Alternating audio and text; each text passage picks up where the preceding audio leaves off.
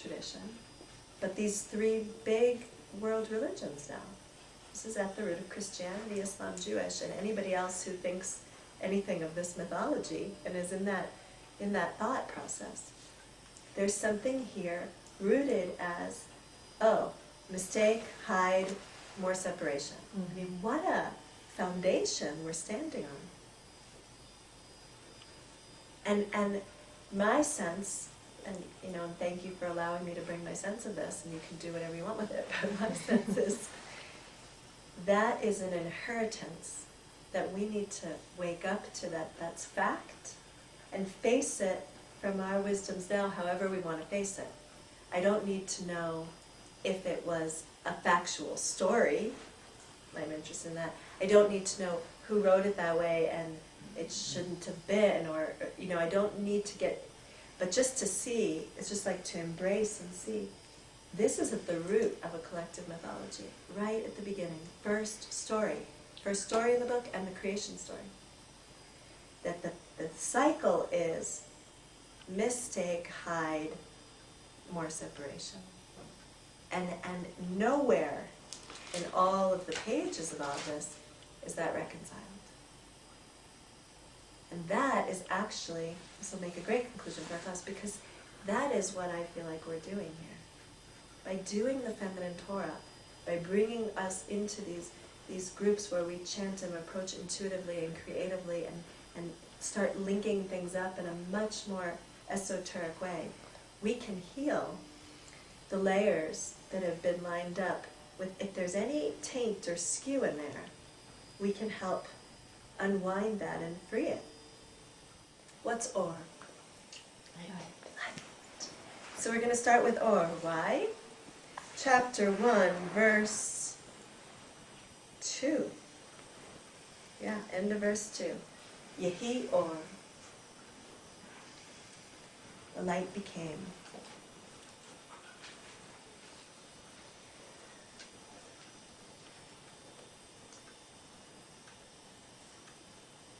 So if beginning is light, then return is light, and then everything in the middle is light. Only trick is, and I think we all know what I'm about to say, the only trick is there are all these different variations of light, densities of light, speed of light, rays of light, and then thus we have manifest creations. It's just that space before sound pops up. Sometimes I think of it, after we chant, what the sound is when we finish. But I remember you telling me, you like so much and value so much when we chant, is the after space. Yeah. That's the Aleph. Because it's still before the next thing. It's holding the space for what's going to come. So of course in the Genesis story, this Or with Aleph is first. And it's before much diversity happened. The only diversity with the Aleph Or is, the only dichotomy when there was light was, what's the polarity of light? Dark. So all we've diversified so far is Or and Choshech, light and dark. Choshech. But later on, by the time we get to chapter 3, we're going to have Or with an Ayin.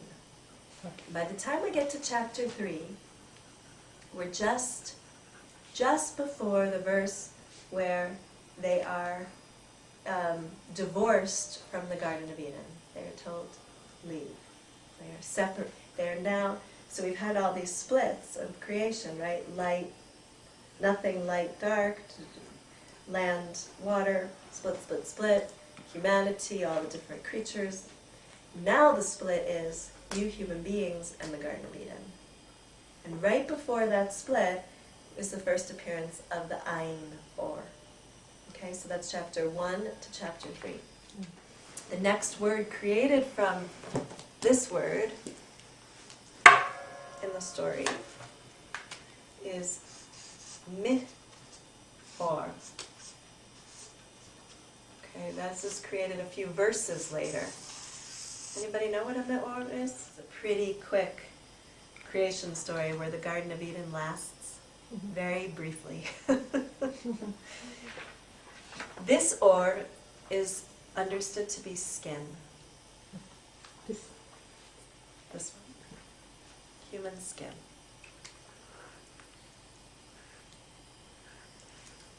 Now, other words related to it, which we looked at in one Kabbalah class, is air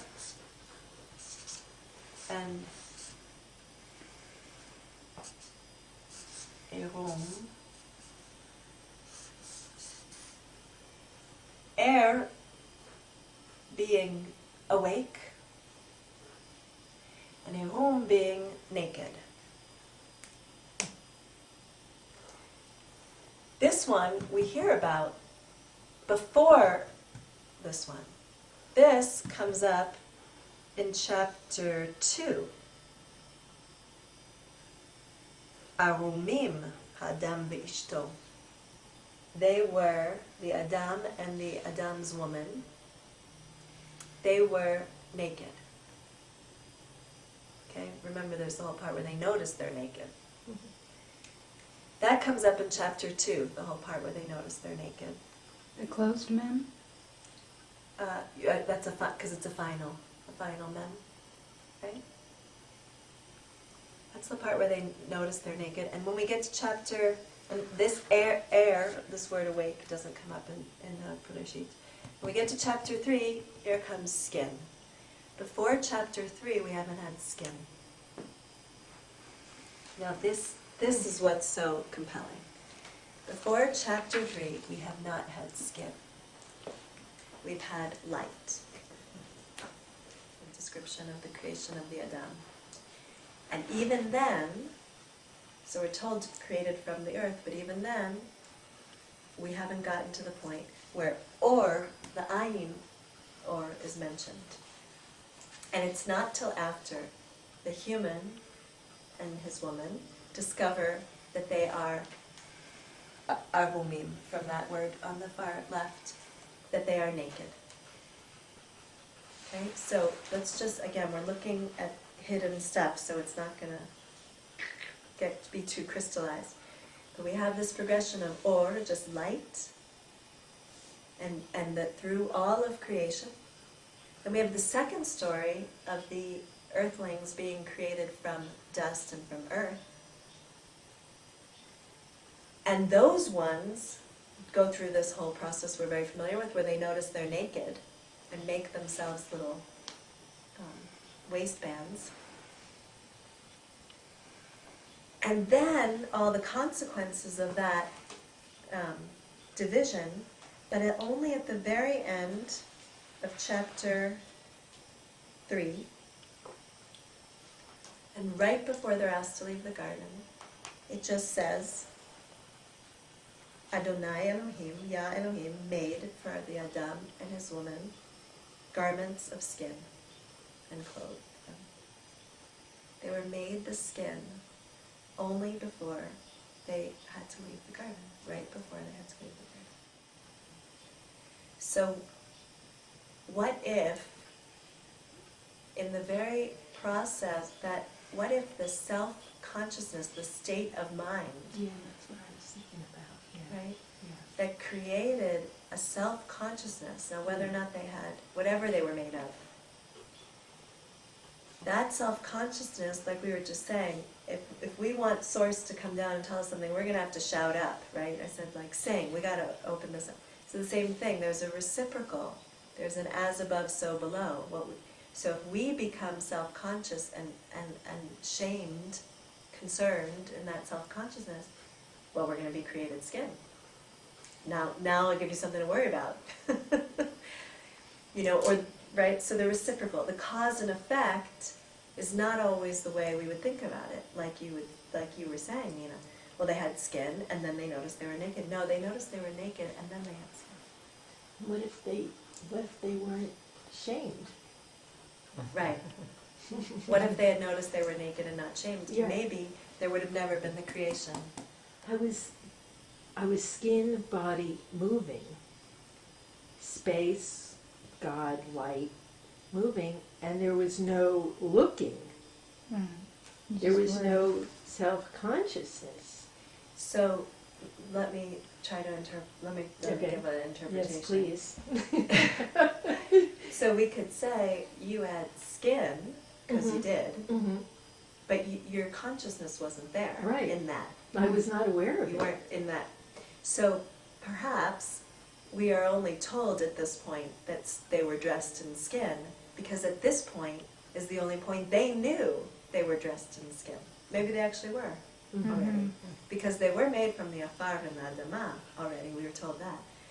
But now we're told, again, just out of nowhere, these are always the most interesting parts, Mhm. where something sort of goes out of sequence, but it's made a point, it's a full sentence, that Adonai Elohim made them clothed in skin.